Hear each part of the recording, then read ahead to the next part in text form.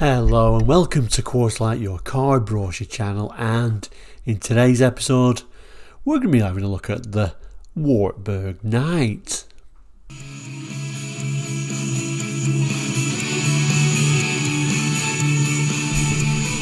And welcome back.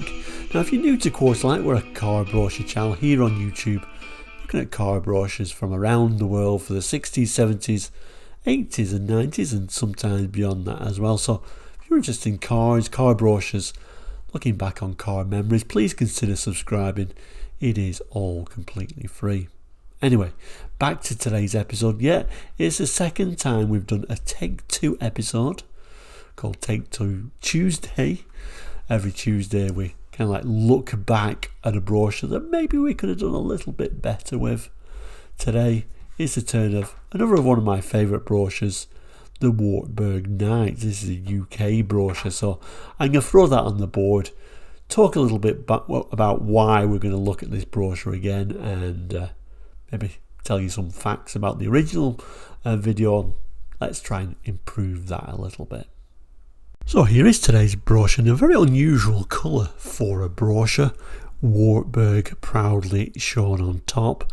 This is the UK model, and in some export markets this was known as the Wartburg Knight. Everywhere else it was known as the 353, and indeed a little bit of a number plate there is of course the clue to that. So why are we looking at this brochure again? Well, it was done over 2 years ago, so I think most people probably haven't seen this who are now subscribers. The original brochure actually did quite well in a way that it got 940 views, which I think at the time was one of my highest viewed brochures actually. But even though it got 940 views, it only got 22 likes, which is quite low for the percentage of views, and it even got 2 dislikes. And I think that was because I was overly harsh on the car. I don't think my love for the Wartburg really came out, because I really like these cars actually. So that really is another reason why it's promoted me to re-look at this one again. And this is what Take Two Tuesdays is all about, really. Giving myself a second chance to have another look at these amazing brochures.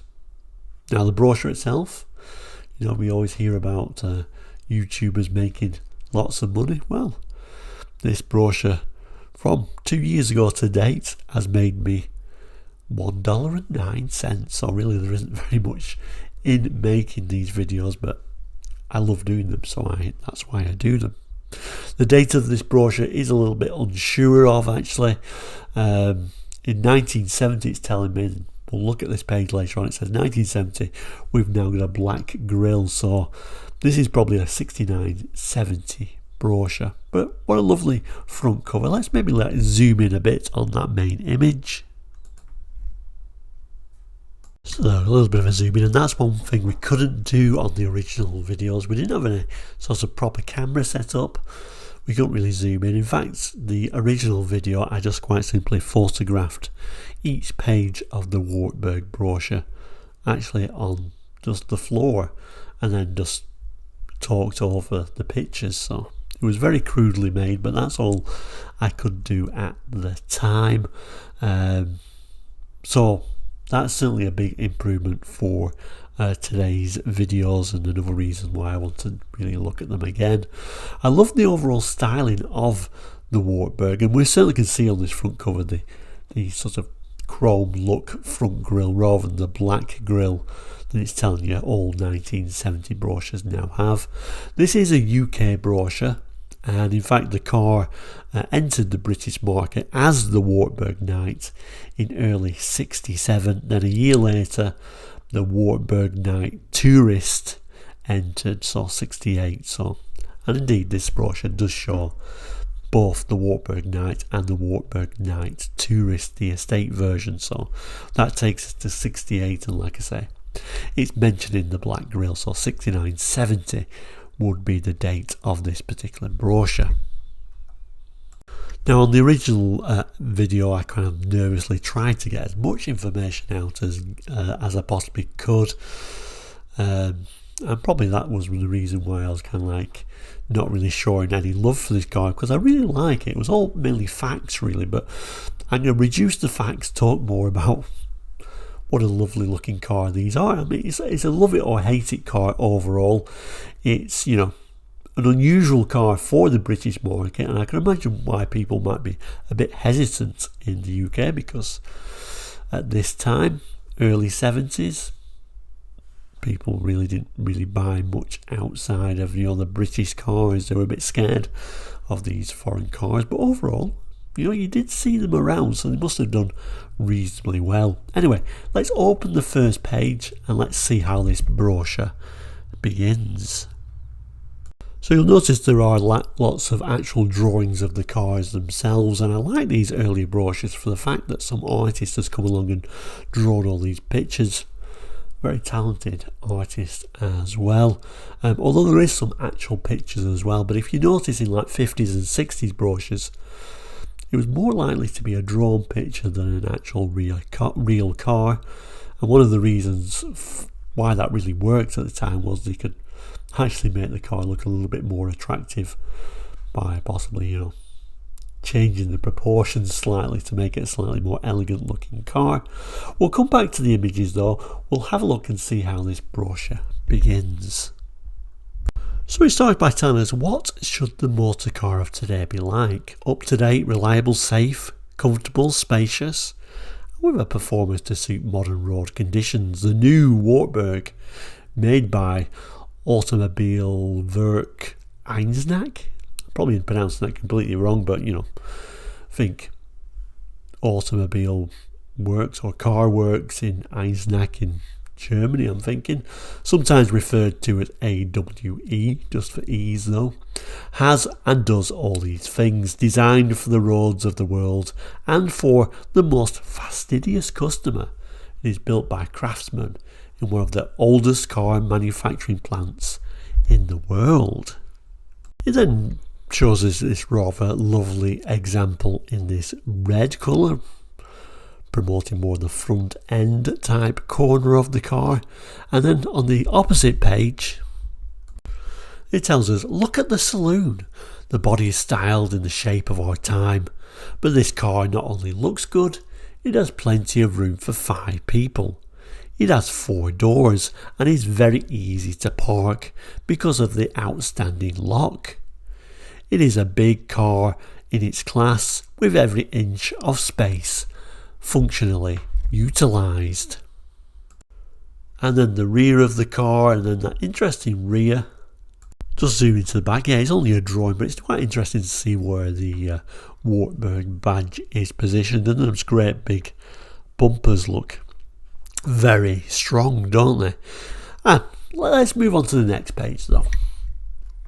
Turn the page, and I really like the pictures in this brochure, I must admit. They are nice. We've got actual pictures of cars now, and we've got a look at the interior as well. The text tells us the new Wartburg offers comfortable travel and enjoyable driving. Wartburg cars and drivers have achieved many notable successes in international rallies. This has contributed in no small way to the safety feature of this vehicle. Convince yourself. You'll notice this immediately when you get behind the wheel and look at the driving position, instruments, ventilation and heating scheme, and the padding applied in all the right places. Always nice to throw up international rallies, because I think rallies really do sell a car. I think of things like the Escorts. Now just moving down to the dash. Yes, very basic gauges, but I don't think it was too badly equipped actually for its time. It's quite crude really, I mean, with a bit of wood on there, but I don't mind it at all. After all, this was a relatively cheap car actually for its time, and certainly would have sold mainly on price. Even showing a radio, not sure that would have been standard piece of kit, but still unusual to show a radio there on the dash. Unusual positioning. I think it would have been a bit of a stretch for the driver, more in the reach of the passenger. Then if we look at the main image, it's really a fabulous little scene actually. We've now got a picture of an actual car in rather a lovely shade of blue. And, you know, the girls really date it, don't they, with those fabulous 60s dresses there. They look amazing. Overall, I do like the design of the car, and there's lots of glass area, so I'm sure visibility would have been really good on these. That little bit of an indicator, see if I can point to it without taking it out of focus. That little bit of indicator there actually really reminds me, and I guess this front end in general, really reminds me of a Saab 96 actually, in some ways. I think it's this light and this indicator really reminds me of those Saab 96s, and I guess even the bumper does, these great big chrome bumpers. Anyway, let's move on to the next page. Turn to the next page, continuation of really lovely images and real images.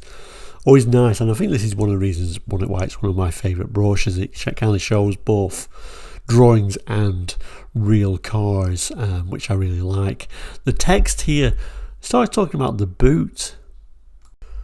So it tells us it looks good from every angle, and a speciality of the Wartburg, the big boot size, 18 cubic feet of space, or what is much more important, the luggage of a large family can be stored in the tail of the car, a real advantage, and that's where it's got this little star there. 1970 cars have a new black front grille. So I guess originally this brochure was probably just a 68 brochure, and they just kept it around and just had to add that to include the change. Anyway, moving down to the image and zooming in on that rear boot section, I think you'd be almost excuse for thinking this was going to be a rear engine car. Really, it almost looks like that is the design for a rear engine car, but anyway, it's for a boot. Very crude looking boot, very high sill to lift things up, but that was all part of its strength. And of course, cars of this era really didn't think about putting low sills on there, but you'll certainly see when we get to the estate that that's a far better design, basically telling you can fit all that in there. And then on the next page, a lovely image. Lots of points if you actually know where that is in Europe. Just zooming in on the car itself. There it is, again using the Wartburg 353 on the number plate, but like I say, known as the Wartburg Knight in the UK. What can I say about the design? It's an unusual design, isn't it? It almost looks a little bit crude. But like I said, this was a cheap car and an unusual engine that which we'll have a look at in a while. But I'm sure it was a pretty tough car all the same. And like I say, that price point in the UK certainly attracted some people to actually buy these. And then moving to the actual people in this scene, very much a fashion of its time. It shows us some of the features of the Wartburg, and I think this actual picture I think I forgot to photograph it actually on the first brochure I did, so this was actually completely missed. But we'll have a look at the text and then have a look at some of these lovely images. So it tells us comfort and luxurious equipment are standard features of the Wartburg. The pictures of this page show but a few of the details of the car's extraordinary complete specification. For example, the large upholstered sun visors with vanity mirror for passengers, the adjustable beam headlamps to compensate for boot loading, the electric screen washers and steering lock. Doesn't sound much by today's standards, but actually I don't think the Wartburg was actually badly equipped for the time, and particularly for its price point. So first image is showing some screen washers. Maybe this was Hubnut approved. I don't know what the wiper performance was like there. Was there any of that? Was it triangle of disappointments? I don't know. And then moving down. Not really showing what this is showing, really, to be honest with you. Some visors are pretty big though, aren't they? Moving on. A look at I guess it's a nice little look at the key design and lock, and then we've got this little bit of a vanity mirror, presumably on the passenger side. And then the last two pages, again that front headlight and indicator, which again really reminds me of a Saab 96. And then the next image, What is that trying to show us? You tell me. Maybe I was thinking it was the seat controls, but I'm not sure it is. And maybe this is where it's talking about the adjustable beam headlamps. Love a look at the interior, and that sort of facility that a lot of like 60s and 70s cars had. So this idea of folding your rear seat back and making this almost like bed type area. I guess the advantages of the days before head restraints. Also showing there those sort of static seat belts. I really never liked static seat belts, and was talking about before about that radio being a bit of a reach for the driver. I think with static seat belts there was no way he was going to change that radio station over. And I guess also another reason why so few people actually wore seat belts at that time. Anyway, we get this rather lovely drawing again of the Wartburg, lovely Wartburg script shown here. This is a lovely drawing. If we zoom in a little bit further, we can see that this is the deluxe model. Fancy wheel trims. So these also give us a lovely idea of what a light, airy interior these would have been actually. Big windows. And of course great visibility to actually see the world around you. And then when we turn the page we discover our next model, the Estate, the Wartburg Knight Tourist. So it starts by telling us, and this is the latest body style in the Wartburg range. A successful combination for business or pleasure, the Wartburg Knight Tourist Estate car. The Wartburg model has the same basic technical specifications of the Saloon car, but the Tourist's 5 doors and large loading space makes it an outstanding estate or utility car. Then we get a nice little drawing of the estate, and then on the next page, whether it should be for business or for pleasure, the Wartburg Knight Tourist Estate car is an ideal vehicle. Use it as a delivery van during the week, or as a family car for the weekend, or, for that matter, as both together. With the Wartburg Knight Tourist, you get the best of both worlds, versatility and economy, plus a space bonus. It pays to take a look at the Wartburg Knight Tourist Estate car. So I'll probably say this is probably my favourite of the two models. I love the styling actually of this rear tailgate with a really big window at the back. No wash white, this is a bit of a budget car. And we also get these unusual little lights. I'm not sure what they are, whether they're just reflectors or actual lights themselves, but a very interesting design. And if we turn over, we get sort of more sort of descriptions and better images. So let's have a look at those. It tells us the Wartburg Knight Tourist offers ample space and comfort for 5 persons. 4 doors give access to the seats and the tailgate, hinged on the top and fully counterbalanced, gives immediate access to the loading space. With the rear seats in use, the platform behind the rear seat squab is still 3 foot 9 inches deep, 4 foot 3 inches wide and 2 foot 9 inches high. And then we get this little bit of an image showing how much space with all the seats in position, and then how much more room you get when you fold that seat back. It says what a large carrying capacity means is shown when the Wartburg Knight Tourist has been adapted for this. Just fold down the rear seat squab in a matter of seconds and there's a flat loading platform with an excellent surface, over 6 feet long and even between the wheel arches 3 feet wide. The capacity of the loading space excels 70 cubic feet and loading takes place through the tailgates at the rear, which is no less than 31 inches high. Then we get a nice little image of that tailgate. Look how low the sill height is now, perfect for loading things into the back of this particular car. Obviously the back seats are in position and we've got everyone loaded up, but showing how much space there are. But rather interesting. It's a clever little design actually. Once the tailgate is actually risen up, it's still leaving behind these reflectors, which is a nice little idea. Going with, you know, the back seat folded down to increase the space. We've got quite a bit of wheel arch intrusion, but certainly quite a practical car for its day.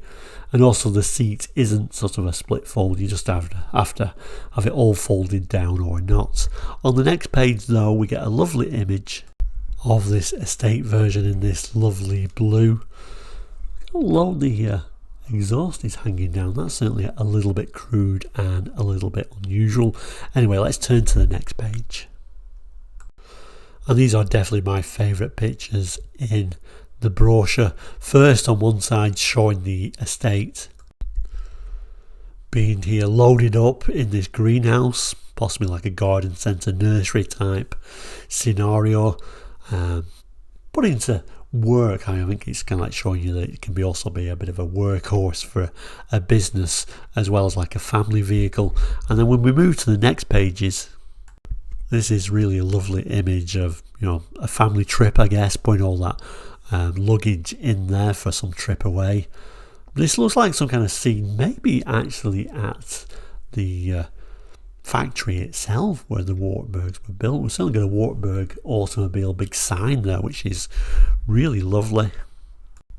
And just a bit of a zoom in there, showing those interesting reflectors.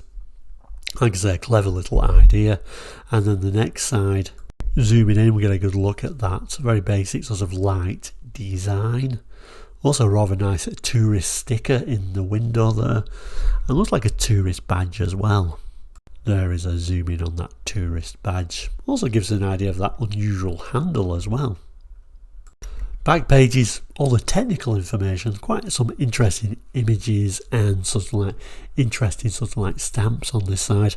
But we'll have a look at the technical text, these interesting images of the engine, and then the technical data itself. So it tells us at the top here, all Wartburg models are of technically up-to-date design, and lubrication services are only necessary at 30,000 mile intervals, which is certainly unusual for its time. Outstanding features are the 3-cylinder 2-stroke engine with a 4-speed all-synchromesh gearbox. Yeah, you think 3-cylinder 2-stroke engine, that's a little bit crude, but then it's got this 4-speed with an all-synchromesh, which is quite good for its time as well. Independent suspension by coil springs throughout to ensure optimum comfort.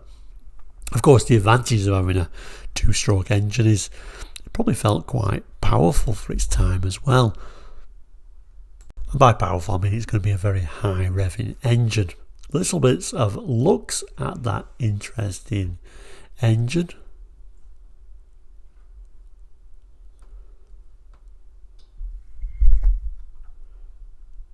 Just very tiny little black and white images, unfortunately, but this is rather a nice one. A very, very unusual chassis design and this unusual suspension system at the end there. That's a very unusual design, isn't it? And then on this last page, some quite unusual bits of information. So we got this, the sole UK concessionaires, Industria London Limited, 248 Holloway Road, London. And we also get this unusual sort of exporter type thing, export import, see these outstanding cars at your nearest dealer. And then the technical data. So it starts with the Wartburg Knight Saloon specification. So the engine, 3-cylinder 2-stroke, 991cc with a 55 horsepower output, which I think for the time is actually not too bad at all. Tells at the bottom the British made battery, 12 volt. As I'm just moving down, but that's also interesting, isn't it? The engine lubrication by petrol and oil mixture in a ratio of 33:1. Transmission, all synchromesh 4-speed gearbox with a lockable free wheel in forward gears, front wheel drive, floor gear change. Bit of information about the running gear, torsion free box type separate chassis front suspension on double wishbones, rear suspension with semi-trailing arms, coil springs throughout with additional rubber suspension elements, anti-roll bar at rear, double acting telescopic shock absorbers throughout, rack and pinion steering, hydraulic drum brakes throughout with pressure limited valve to rear wheels, and then the tyres, which are radial ply and British made. Bit of information about the weights before it moves on and talks about the estate version, the Knight Tourist. Again, all steel body with 4 doors and fully counterbalance tailgate hinged at top on the same chassis as the Saloon car. Most components fully interchangeable. Bit of information about the dimensions, and it talks about the general turning circle there, 29 feet, ground clearance and carrying capacity. At the bottom there, the usual sort of information there, the rights to effect modifications without notice is reserved, and telling you there's a price and colour scheme, separate chart and list. Unfortunately I don't have that, sadly. And then finally, the back of the brochure is, rather nicely, the rear of the car. Thank you so much for watching today's episode of the Wartburg Knight, and this take 2 Tuesday, another look at this wonderful brochure. And I would certainly love to have a go in one of these. I think they're actually wonderful cars. I'm sure you probably noticed them with all the smoke coming out the back, but nevertheless I think they are a wonderful little car. But thank you so much for watching today. Hope you've enjoyed today's episode. If you remember these cars, please just in the comments. Always love to hear your stories, whether it's good or bad. I love reading every single one of them. But we'll end by saying, as we always do now, please do consider subscribing. It is all completely free. And I guess we'll see if we can get more views than we did last time, 940 and 22 likes. See if we can do a little bit better. I think it is a better way we do brochures now than we used to, when we, like I say, I was nervously trying to throw lots of details and knowledge at you rather than looking at the brochure itself. But thank you for watching today. Please do take care. We'll see you very soon, and goodbye.